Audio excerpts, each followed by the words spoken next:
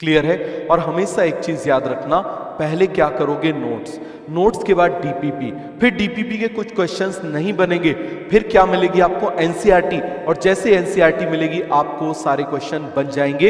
यही तरीका होता है एनसीईआरटी को टिप्स पर याद करने का। This is called as retrograde study.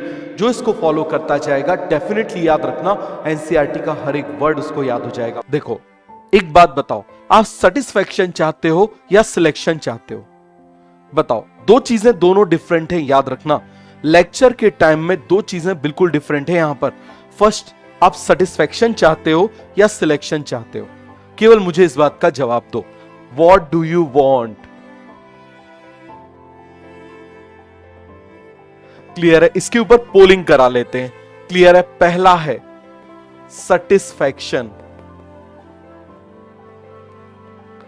दूसरा है सिलेक्शन एंड रैंक। देखो, यदि हम क्या करेंगे, यदि हम नोट्स के जस्ट बाद यदि हम एनसीईआरटी करेंगे, क्लियर है, तो इससे हमको मिलेगा सेटिस्फैक्शन। समझ में आ गया? क्या मिलेगा? सेटिस्फैक्शन। लेकिन इसमें सिलेक्शन डिफिकल्ट है, सिलेक्शन डिफिकल्ट। समझ में आ गया? क्यों? बहुत ज्यादा टाइम कंज्यूमिंग। जब आप क्वेश्चन सॉल्व करोगे, इट विल टेक टाइम, ये टाइम लेगा, याद रखना, बहुत टाइम लेगा। क्लियर है? दूसरी तरफ आप नोट्स करोगे, नोट्स के बाद डीपीपी करोगे, डीपीपी के बाद में आप मुझे बताओ जरा, आप क्या करोगे, एनसीईआरटी करोगे, तब आपको क्या मिलेगा बताओ? डीपीपी में जो क्वेश्चंस नहीं बनते उनको आप करोगे, तब आपको मिलेगा सिलेक्शन प्लस रैंक। आ गया समझ में? और कोई डिफरेंस नहीं है।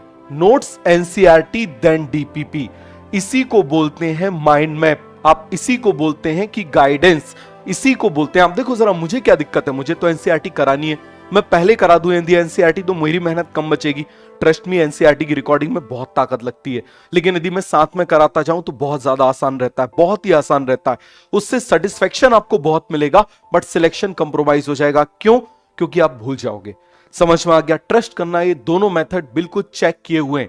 क्लियर है? तो इसीलिए मैंने आपको दोनों चीजें बता दी। ऑलवेज नोट्स, डीपीपी में कुछ क्वेश्चंस आपको नहीं बनेंगे, हमेशा नहीं बनेंगे, और वो आपको किससे मिलेंगे? एनसीईआरटी से। इस तरीके से आपको एनसीईआरटी याद होगी, याद रखना, उल्टे तरीके से। क्लियर हो गया? कि जहां से क्वेश्चन बन रहे, जहां से क्वेश्चन नहीं बन रहे, वो आपको हो जाएगा।